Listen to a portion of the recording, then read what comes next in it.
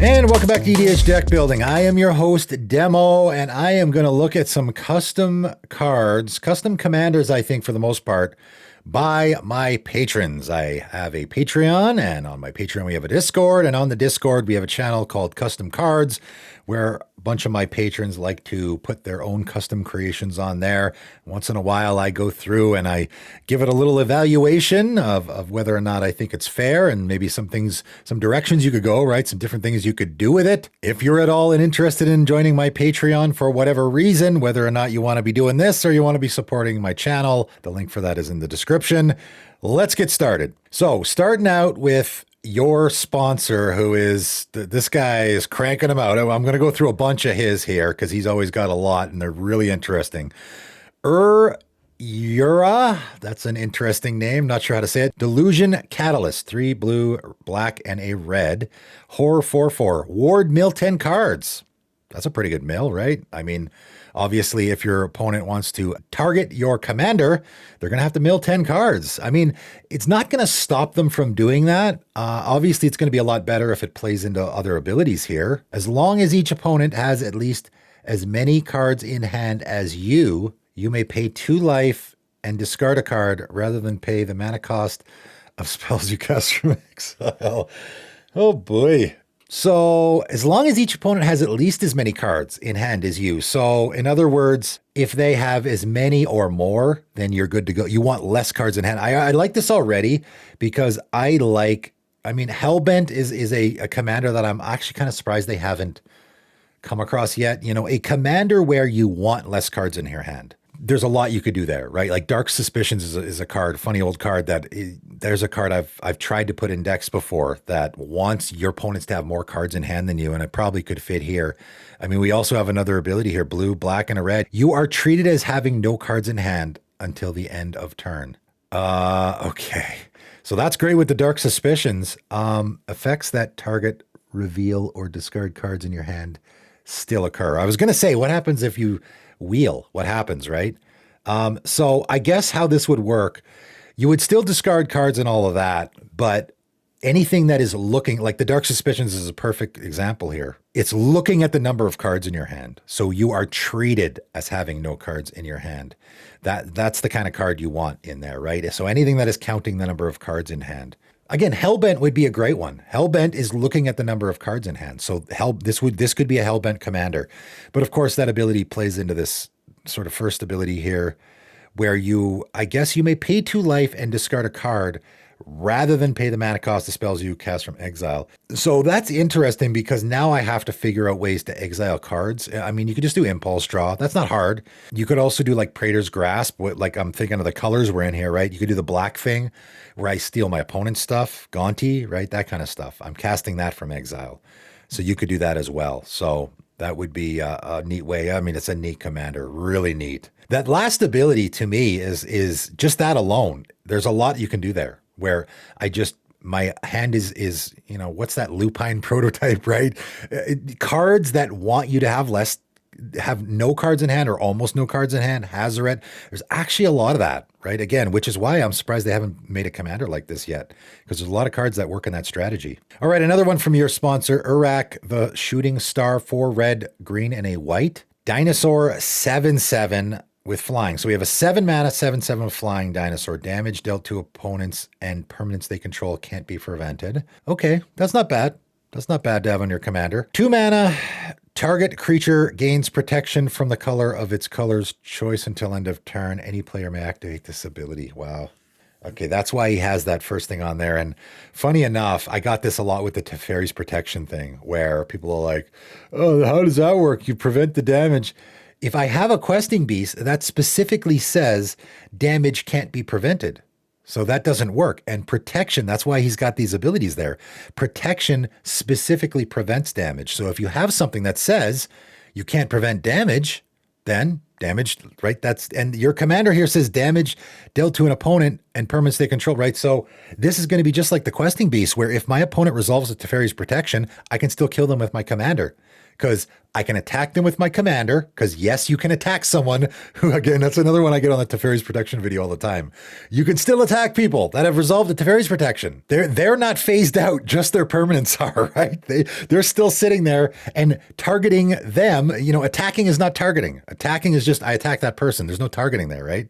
So you can still attack them. So with this commander, that would also work, where you could kill them with commander damage, even though they have resolved the Teferi's protection, because commander damage only looks for that number. They don't actually have to lose life. So target creature gains protection from the color of its controller's choice until end of turn. So that means you can use this, your opponents can use that. That's pretty neat. Obviously, again, the reason why the first ability and the second ability play into each other is because protection prevents damage. So you can give one, they can use that ability to give one of their creatures protection from red if you're casting a Blasphemous Act, but damage dealt to an opponent or permanents they control can't be prevented. So the protection that they're giving their creature is not going to be, it's still usable because their creature can't be blocked, targeted, stuff like that, but the damage can't be prevented. So Blasphemous Act is still going to wipe out all your opponent's creatures. Right? Whereas you can use it on yourself to protect your commander. For example, you can give it protection from red, and now it won't die to the Blasphemous Act, but your opponent's creatures, that won't work on because damage can't be prevented there, right? So pretty neat. All right, moving on here, we have the Farmer 42, which has Gambler of Fractured Fate, 3 black, white, white. There's a lot of words here. Angel Demon has the star power toughness, which means its power toughness is going to reference the card's abilities. Okay, as Gambler, I need my glasses to read this one. As Gambler, I don't have glasses, but I need a magnifying glass or something. As Gambler of Fractured Fate enters the battlefield, roll a d8. So you're going to roll a d8 as it's resolving, right? The result is Gambler of Fractured Fate's toughness. Okay, so I'm going to roll a d8. So its toughness can be anywhere from 1 to 8. I mean, that seems really bad. This is a 7 mana creature, so we better get some more stuff going on here. When Gambler of Fractured Fate attacks or blocks, roll a d10. The result is Gambler of Fractured Fate's power. Additionally, Gambler of Fractured Fate gains the following ability until end of turn. Okay, that's not bad. So we're going to roll a d10 when it enters the battlefield. We could just have an 0-1 creature here. For 7 mana, that's not great. I mean, if this is your commander, you're going to have some workarounds here to try to protect it, I imagine. Lightning Greaves or something, right? Have that ready to go. Because it's going to be very easy for your opponents to kill your commander. So whenever it attacks or blocks, so it's probably going to be the attacking part. I mean, I don't know if I'd want to chump with my commander and then risk what I'm getting here. So I roll a d10, and again, my commander's power could be 10 or it could be 1. So I could have a 1/1 creature here. That's not great. And again, for me, I don't love dice rolling. There's already enough chance in the, same with coin flipping. I never play coin flip cards. There's already enough random chance in the game of Magic that I don't want to add more. Just not for me. Anyway, I'm going to roll a d10 when my commander attacks, and now let's say it becomes a 5-1 or whatever flyer, and also it's going to gain trample. So I have a 5-1 trample flying creature. That's not bad. But the interesting thing is, of course, it's until end of turn. So when I attack the next turn, now I roll the dice again and I roll a 1 and it becomes a 1/1 flying death touch creature. Yeah, this is not like what I would do. 2 things here. Okay. I would do, first of all, the toughness, I would not be rolling a d8. I would be rolling like 2d6 because that's just not very good. For 7 mana, like again, if we're going to stick to 7 mana here, first of all, this is way too expensive for what you're doing. This could be a 3 mana creature, I think. I think that would be totally fair if this is just 1 black and white, because you're not getting a ton here for what you're, and there's a lot of risk. Your commander's very easy to kill here. If I just get the 1 toughness, your commander's very easy to kill. So I would go 2d6 for the toughness. You know what I might do? I actually might just roll a dice for the power and toughness entirely. I just might roll a d10 for the power and a d10 for the toughness or something like that, right when it comes into the battlefield. And then whenever it attacks, you do that ability. And again, if we're paying 7 mana here, you keep those abilities. I would put an ability counter on, right? So I attack with my commander, I roll a d10, and I get a death touch counter on there. The next turn, I roll a d10 and I get a double strike counter on her. I think that's totally fair. Totally fair. This commander is way, in my opinion, way overcosted or way underpowered, either one. I would either very much reduce the cost or again, not until end of turn, just permanently. All right, moving on. And Zez has a very interesting one here. Big fan of Orox, I think. So Orox King, 3 and a green, legendary creature Orox, 4/4 with trample. A deck can have any number of cards with the creature type Auroch. This is a funny one. Of course, Auroch is a creature type that, there isn't actually a commander for. I don't know how many there are. I think there might be 4 now. And of course, they give bonuses to each other, but because there isn't very many, it's difficult to do. I actually made I don't know if it's the same patron, but I have a patron who I made an Orox deck for. It was a Riku of the Two Reflections deck because I thought I wanted to make copies of them, right? Because again, there's not that many, and they all give benefits to each other. So in order to get those benefits, you have to, I thought creating token copies would be the best way to do it. And so I thought Rico was a good commander there. Here we actually have a commander for them. And of course, you can have any number of cards with that. So you can just load your deck up with Orox. It's funny. I don't know if it would be super interesting because it'd just be a stampede of Orox, right? It also says here, it does not include creatures with changeling. So you actually have to have the Orox creature type, right? Which is pretty funny. All right, Garden Ramsey has an interesting one here. Been wanting a good skeleton commander, so I tried making my own. Okay, so Nar the Dry-Hearted, 2 black and a green, 3/1, and I would agree if you're making a skeleton tribal commander, probably black and green are your best options. It's a skeleton wizard, 1 and a black to regenerate. And of course, regenerate, as I say all the time, they stopped doing it. I don't know if they would ever print a new commander with regenerate. I think that's a dead ability now, but it's still really good. Still works great. I would love to have a commander with regenerate on it. And, 2 mana to do so is not bad. Black and green are probably the best colors to have a creature with regenerate. Skeletons you control have vigilance? That's an interesting way to go with it. I would probably think something like that's not a very black-green ability, vigilance. It's more of a white ability. I would think death touch, trample, that kind of stuff. But what else is going on? Whenever a skeleton you control becomes tapped, return target skeleton from your graveyard to the battlefield tapped. Okay, I see. You're sort of making it more difficult on yourself, right? So you can't just attack with your skeletons in order to give them that tap, right? Because now they have vigilance. I see. Okay, that's kind of clever. Again, I don't know if the flavor there works. Again, black and green don't seem like great for vigilance, but okay, fine. Whenever a skeleton you control becomes tapped, return target skeleton from your graveyard to the battlefield tapped. So I have to find other ways to tap them. That's not super difficult. In black and green, though, that might be a little. You could just Springleaf Drum or something like that. That's pretty interesting.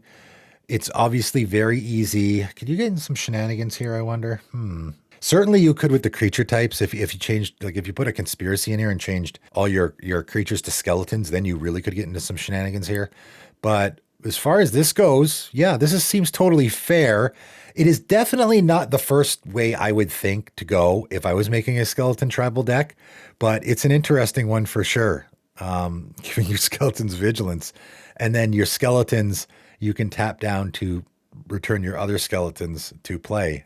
But again, you have to figure out how to do so. I kind of like that about it, where you have a little bit of an interesting deep dive where you can go down the rabbit hole and try to find ways to tap your own skeletons, right? All right, moving on. Zez has another one here. Arim the Blighted, 3 blue and a black spirit wizard, 3/3. Wither and lifelink. Whenever you cause a creature an opponent okay, that's very weird wording.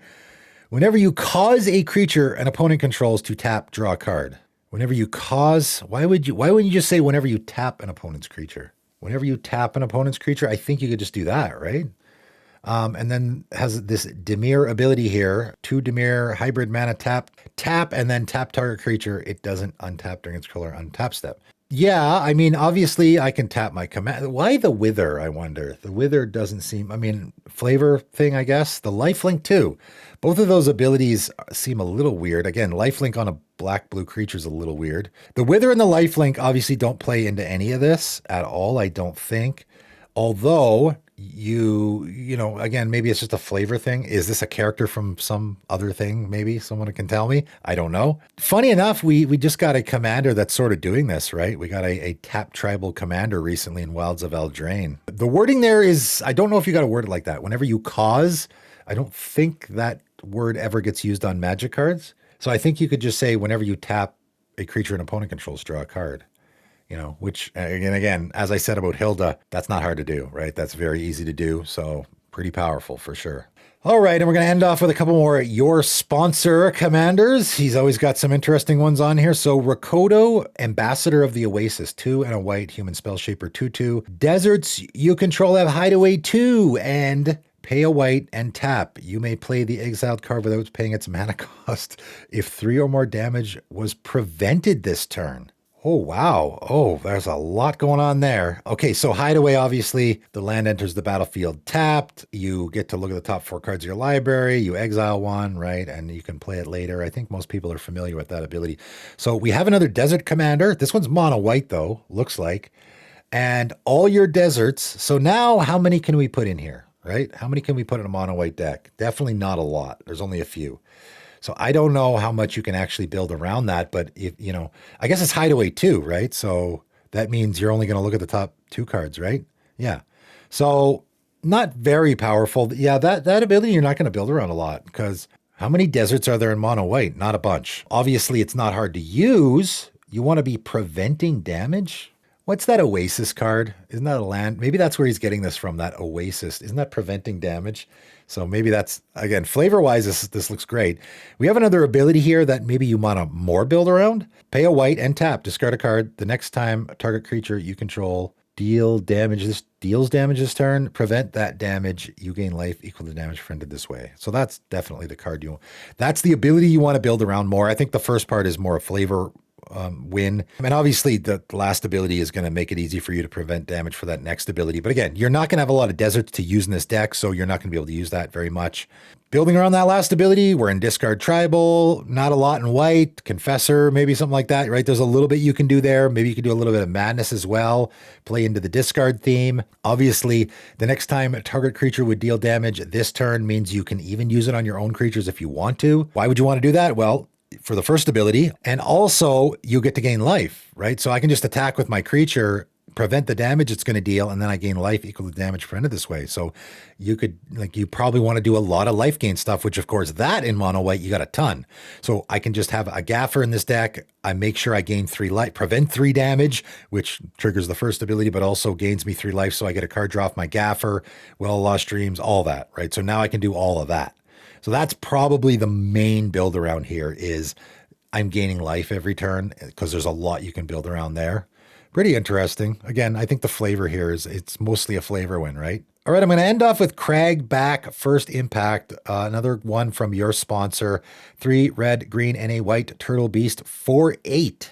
If a non-creature source would deal damage, prevent that damage. If a non-creature, so that's from any player. If a non-creature source would deal damage, prevent that damage. Then Crackback First Impact deals 4 damage to any target. This ability triggers only once each turn. Oh boy. Funny enough, it's very similar to that new, what's that new mono red commander, which is also, instead of dealing damage, we're dealing 4 damage because that's its power, that kind of thing, right?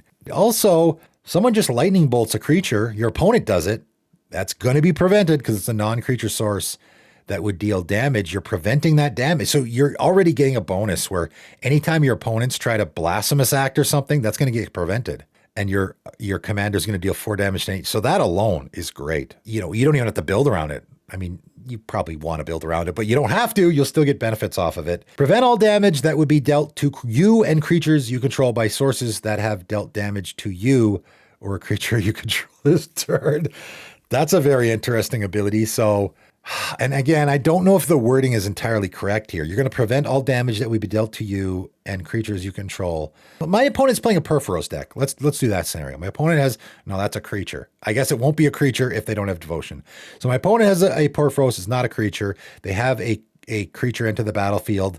That is a non-creature source that would deal damage, and it's going to be prevented. So if I look at the next ability, prevent all damage that would be dealt to you and creatures you control by sources you have that have dealt damage to you or creature. So the Perforos is always going to be prevented, right? I guess it only triggers once each turn. So if they have another creature, so the first time they do the Perforos, it gets prevented and I get to throw 4 damage around. Then, because that only triggers once each turn, they have another goblin token enter the battlefield. It triggers again. My first ability is now shut off. It's not going to do anything. And the second ability says prevent all damage that will be dealt to you and creatures you control by sources that have dealt damage to you or a creature you control this turn. So that is not turned on yet. So now we have a window where the Perforos is going to deal me 2 damage because I'm not preventing anything. The Perforos has not dealt damage to me yet this turn, so now I am actually going to take 2 damage.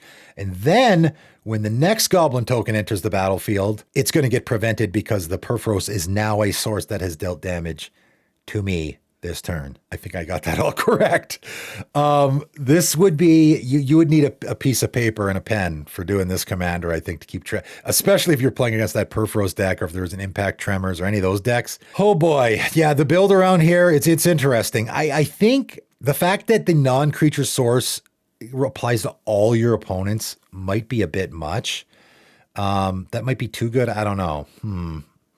As far as what you're going to put in the deck, you're going to put a lot of non-creature sources dealing damage, right? And of course, just dealing, like if I just have a grape shot, I grape shot my opponent, that's a non-creature source that would deal damage. I'm now going to do 4 damage, right? So all I want is Blazing Volley, right? I want a bunch of things that deal 1 damage because now my Blazing Volley deals, well, I guess my Blazing Volley would be prevented, but I still get to do 4 damage. So it's still 1 mana.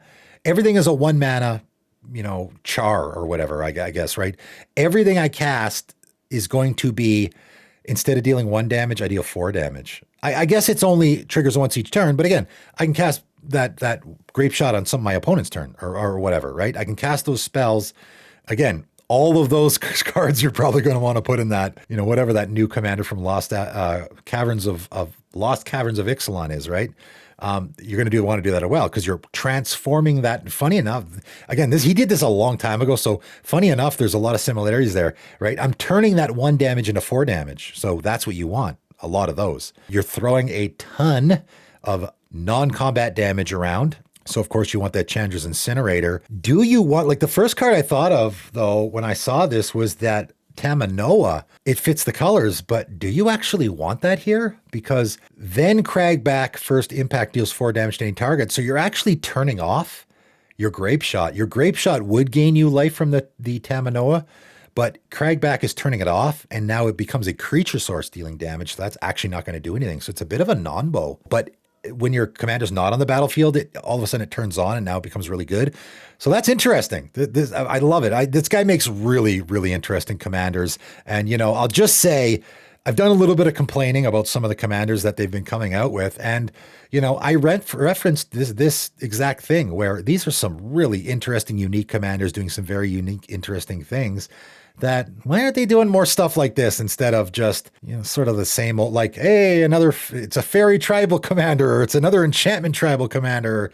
Come on, let's do some more unique things like this. This stuff's really interesting, right? All right, that is it. That is all just some unique, interesting custom commanders by my patrons. You guys let me know what you think of them in the comments below. Are they fair? Are they super busted? Are they maybe worded incorrectly? Maybe we got to do some errata here as well.